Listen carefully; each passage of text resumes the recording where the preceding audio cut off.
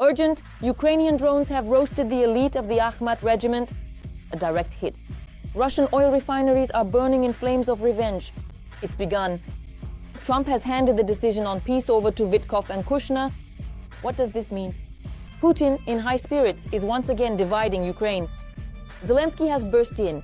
Our forces are reshaping the front. A fierce sweep in Kupiansk. Gerasimov is dreaming of victories. At the same time, the Ukrainian Armed Forces have dealt a harsh blow to the Russian army. And all of this happened just now. Hello, I'm Darina Hutsakalo, and we're getting started. In an emergency operation, the Ukrainian Armed Forces have forcefully stormed the lair of the Akhmat regiment. The location of Kadyrov's forces in the city of Gudernmest, Chechnya, was struck. You have to see this.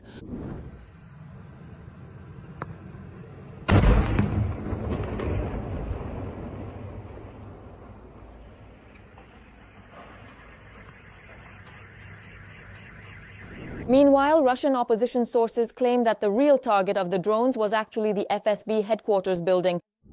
This time, the destruction is much greater. There are reports of wounded. It was a busy night. Moreover, explosions were heard in Tuapse and near Krasnodar. It is likely that the Ilsky oil refinery and one of the local ports also came under attack.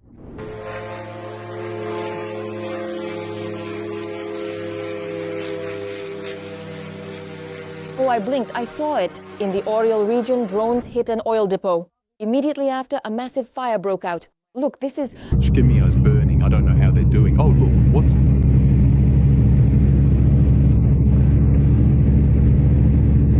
blazing, with fierce, intense and brilliant light. The Russian Ministry of Defense, as usual, reported on their successes and claimed they shot down 45 drones. Similar explosions were tearing through literally every corner of the enemy's territory. Urgently, Donald Trump's team has taken a wrong turn in their attempts to move the peace process between Ukraine and Russia forward. Washington is betting not on traditional diplomats, but on unconventional negotiators. The end of the war has ended up in the hands of a longtime business partner of the American president and his son-in-law. They were the key intermediaries in the ceasefire agreement reached between Israel and Hamas. And that is why, according to administration officials, they were put at the center of negotiations to end the conflict between Russia and Ukraine. At the same time, Moscow is once again trying to push its own agenda. The dictator, Putin, has ordered the creation of a security zone along the border with Ukraine in the area of responsibility of the North Group. Russian media view such statements as a signal of the Kremlin's intentions to establish control over the border territories of the Kharkiv, Sumy and Chernihiv regions. The Ukrainian side has already uncovered the enemy's cunning plan. The key goal of the Russian Federation, it seems, is to do everything possible so that the main pressure regarding the peace plan falls on Ukraine. That's why they're staging this cognitive show. And now to the latest operational news from the front. Volodymyr Zelensky reported that fierce battles are currently taking place in Pokrovsk. Nevertheless, Kupiansk has been almost completely liberated from Russian occupiers. Our guys are having more success in the Kupiansk direction. Although Russia claims it has captured Kupiansk, to be honest, we've almost completely cleared the city of them. The Russians themselves tirelessly report supposed tremendous successes on the front.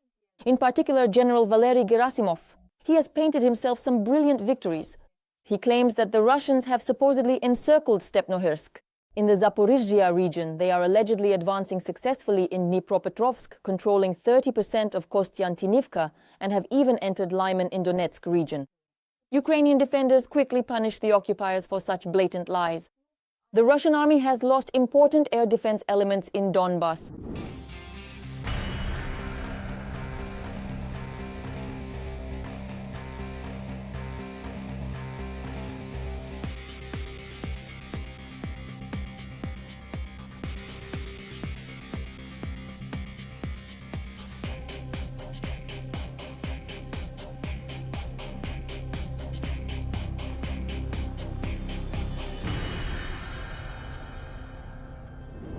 In just one night, a launcher fell into the hands of the scouts. a 9A-83 from the S-300V air defense system, which was on combat duty, as well as two expensive 1L-125 Niobe SV radar stations. Meanwhile, near Oglipol, Russian units have gotten bogged down in a real meat grinder. The Ukrainian Armed Forces struck so precisely that the occupiers don't have time to recover. On the Pokrovsk direction, it's a complete failure. Our forces are carrying out a tough sweep. No leniency, no excuses. The Kupiansk direction is also littered with Russian losses. The enemy was simply crushed to zero. The generals in Moscow have no idea how to keep the situation under control. Ukrainian drones are destroying the occupiers in Crimea, and real panic is already spreading across the peninsula. Could this be a new stage of the war? The first details are coming up in the report in just a moment. The armed forces of Ukraine have regained control of the situation in Huliaipol. More than 20 attempts were repelled in the area of the settlement to storm our positions. And there was no new breakthrough, according to the defense forces of southern Ukraine. Today, a formation has been established there in Huliaipol. A new defensive line, a new line of defense. Accordingly, the landscape of this area will also be taken into account. This is not the industrial Donbas, unfortunately. But there are rivers, there are forest belts where we can hold the positions we have today. As it became known, after the Russian advance in this direction, the command decided to redeploy part of the reserves to Huliaipol. At the same time, the Russian armed forces have already rushed to claim that their troops have entered the district center directly. However, this information is refuted by our Center for Countering Disinformation.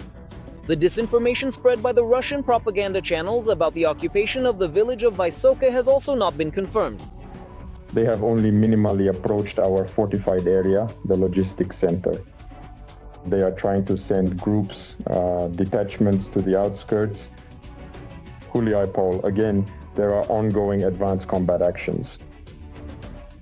Our defenders have received some reinforcements and resources, and the fight to stabilize this direction is ongoing. At the same time, analysts say that Pokrovsk remains the main focus of the enemy's efforts.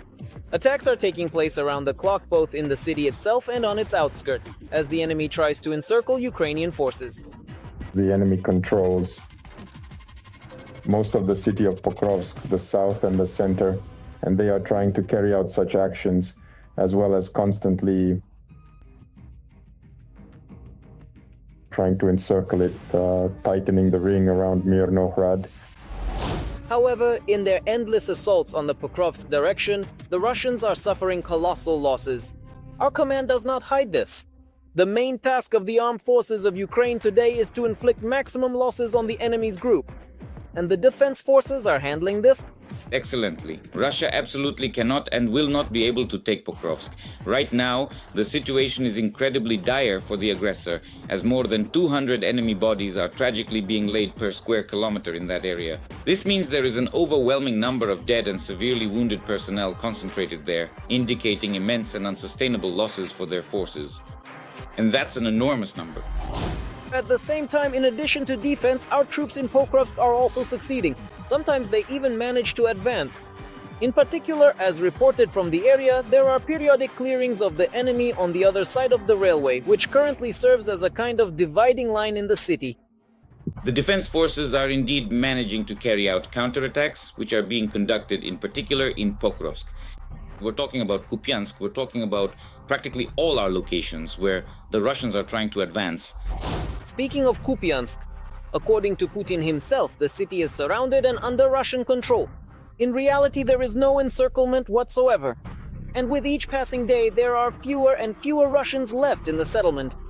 The enemy, unfortunately, is still present in Kupiansk, but it is believed that the defense forces will be able to improve their tactical positions. Today, I'm not saying that we will be able to completely drive out the enemy, but the trend that is emerging in Kupiansk today shows that, meter by meter, our defense forces are managing to clear our Ukrainian land of the enemy. And good news came yesterday from the occupied territories. In particular, details have emerged about the strike on Crimea. Thus, the General Staff reported that the Panzer S-1 and Tor-2M air defense systems were attacked on the peninsula, after which drones managed to destroy a drone warehouse. Orion and Forepost, as well as striking a command post and a concentration of enemy personnel. Local Z channels were in a panic, claiming that all sorts of devices were flying, even Mavics. Then Mavics have a range of 10 kilometers. Where and who was launching them from? Obviously it wasn't the Ukrainian military, so who was it and from where? These are the same maritime drones whose involvement was once again confirmed by Z channels and which were clearly performing a function. Mini aircraft carriers that deliver Mavics, Mavics fly in and destroy the target. Mavics in this sense are actually the perfect tool. That is, if they can be delivered to the shore, then from there on, they are practically invincible tools. So essentially, the defense forces have employed a new tactic where one large drone delivers many small ones to the attack site. A lot of small ones. And considering that everything went successfully, it seems that the Russians will soon have a lot more problems in their rear areas. Every voice matters. Join our community, support independent journalism and help us bring you the truth from Ukraine. Become a member of Ukraine Today. Join us now. At this very moment, for Russian troops, the front line has turned into a territory of constant terror. A new invisible predator has appeared over enemy positions, the FP2 drone.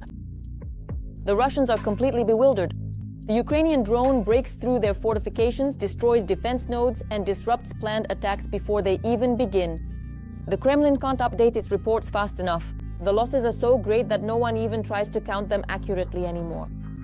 More details about our latest weaponry are coming up in the report in just a moment. Russia's worst nightmare, or more precisely the reason they can't sleep. The new Ukrainian strike drone FP2. The FP2 is used for strikes on Russian rear positions. It can also carry an adapted aerial bomb as its warhead.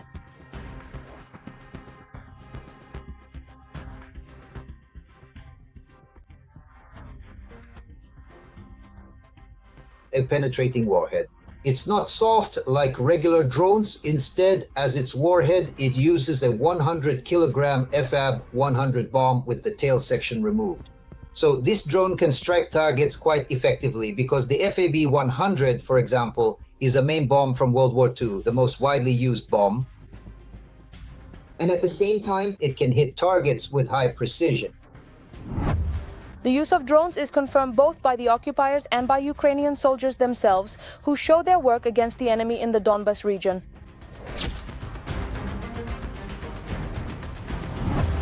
The marking AUFAP indicates that the munition is a fragmentation high explosive type, designed to strike unprotected and lightly protected targets. The FP2 can strike both stationary targets and in certain cases moving targets. And this is a very important point because, for example, you can hit such targets as Iskander missile launchers when they are deployed at their positions. The Ukrainian company Firepoint has introduced the FP2 strike drone in the middle strike class. It replicates the design of the long-range FP1 drone, which is used to strike targets in the rear of the formidable and historically significant Russian army, a military force renowned for its vast personnel, diverse range of advanced weaponry, and strategic doctrines, which has played a pivotal role in numerous conflicts throughout history. This powerful armed service, comprising ground forces, aerospace forces, and the Navy, represents a crucial component of the nation's defense capabilities and geopolitical influence, often engaging in extensive training exercises and maintaining a significant global presence. Here is where the main concentration of warehouses and logistics centers at the army and frontline levels is located. That's why this strike zone is extremely important. The manufacturers offer the system both with a classic stationary launch platform and a mobile version for rapid deployment disguised as a regular army truck. you can just drive up as needed. Get 10 kilometers closer to the front line, quickly launch, and quickly leave the strike zone.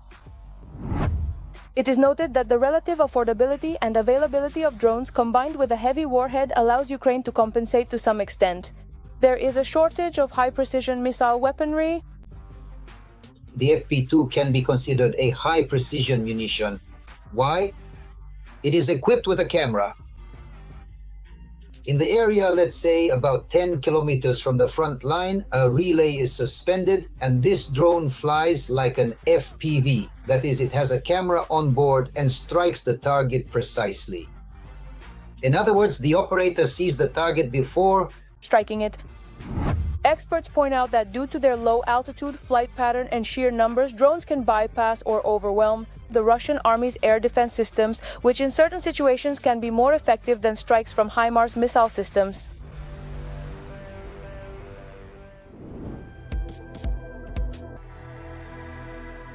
Putin is once again tightening the noose around his own country's neck. The Russian budget is bursting at the seams, but the dictator stubbornly drains its last resources. He doesn't care about Russians' empty wallets, but he does care about billions. He unhesitatingly funnels them into the war, the security services, and repression. The social sphere is in collapse, the economy is suffocating, and Moscow is driving the country into a new abyss of imperial delusions. Who will fall victim to this financial bacchanalia, and how far will Putin's apparatus go? Self-destruction? All the details are coming up in the report. A third of the budget goes to war, and record sums are allocated to the military sector, the highest since Soviet times. Putin has signed Russia's budget for the upcoming year 2026. The government must finance the president's proposals. And he couldn't propose anything except tightening belts and increasing military spending. And so, according to the document about 30% of the budget is planned to be spent on the army, which is nearly 13 trillion rubles. As the Moscow Times notes, nothing like this has happened since the Soviet era. Also, just under 4 trillion is allocated to the national security category, which funds the Ministry of Internal Affairs, the National Guard, Special Services, and the penitentiary system. All these agencies, to one degree or another, are also involved in the war against Ukraine. According to experts, the budget simply cannot withstand such a burden. This whole set of statistics really reminds me of the late Soviet period, when they tried to use one favorable indicator to improve the overall picture for GDP and inflation. In short, you get the idea. Everything is actually a mess, inflation is high, GDP is at zero, and in the fourth quarter, it will probably be in the negative. All the official governmental figures they present are, well, not entirely fabricated, but they do actively try to embellish them with some isolated favorable indicators. But you can already count the good indicators in Russia on the fingers of one hand. And by 2026, there will be even fewer of them. After all, those record sums for the war have to come from somewhere. And yes, the share of social spending in the Russian budget, next year it will decrease. From the pre-war 38% down to 25%. Spending on economic support will drop from 17.5% to less than 11%. In both cases, these are the lowest figures in the past 20 years. Let me remind you that starting January 1st, the value-added tax in Russia will increase from 20 to 22%. The transport tax and the environmental tax will also rise significantly. Right now, they are developing some completely new options there. Taxes. I wouldn't be surprised if soon they'll start charging for air, because they really need the money to cover the budget deficit. And 2026 hasn't even arrived yet, but according to the official forecasts of Putin's economists, the deficit is already guaranteed. After all, the country expects to earn a little over 40 trillion rubles, but plans to spend more than 44. The difference, just for a second, is $166 billion. Of course, they need to explain that the high inflation we're seeing today, and in reality it's not going anywhere, inflation remains high. They need to explain that this is caused by certain temporary factors. They need to explain that, overall, our numbers look good. At the same time, some indicators are lagging behind dramatically. For example, the regional budget deficit is projected to be 800 billion rubles, while aid from the Kremlin is only set at 30 billion. This means that regional budgets will have to make very significant cuts to their expenditure items. And what can they cut? Again, payments to contract soldiers, since this is a very large part, a very large share of their regional budget expenditures. Well, after that, they'll have to start cutting social spending, spending on repairs and maintenance of public utilities, and so on. At the same time, experts note that the Russian budget was drafted over several months, and the risks factored into it were at most those present at the beginning of autumn. But Trump, with his sanctions against Rosneft and Lukoil, created enormous problems for Russia at the end of the year. As for Lukoil and Rosneft, of course, the current situation is quite difficult for Russia because these two major companies account for almost 50% of the total export volume. But despite all the obvious factors, officially everything is fine in Russia. They tried to shift the entire deficit onto the regions. In Moscow and St. Petersburg, as always, everything is fine. So once again, they can write reports. A new report about economic growth. Here's an interesting point, for example, about GDP. That is to say, they genuinely believe that for the past 2 or even 3 consecutive quarters, the gross domestic product, or GDP, has effectively been at zero, but they still manage to draw some 0.6% there just so they can confidently say, like, no, we're not in a recession just yet. Notably, 2026, according to analysts' estimates, with their obviously unrealistic figures, might finally force the common people to take to the streets. And this concerns first and foremost the residents of Russia's remote regions. That's all there is to it. The wealth of natural resources possessed by the Russian Federation as a state, all of it is no longer in Moscow. The main wealth isn't even in the European part of Russia, but beyond the Urals. And these peoples, these parts of the Federation, they will inevitably start asking the question, why should we keep feeding Moscow, which lives in luxury, and maybe in St. Petersburg and a few other very large cities, while we ourselves live in poverty? Moreover, one of the most important factors of discontent will be the new taxation of small businesses. Analysts suggest that more than half of private enterprises will simply be crushed by the increased duties. Or alternatively, their owners might crush those who came up with this idea.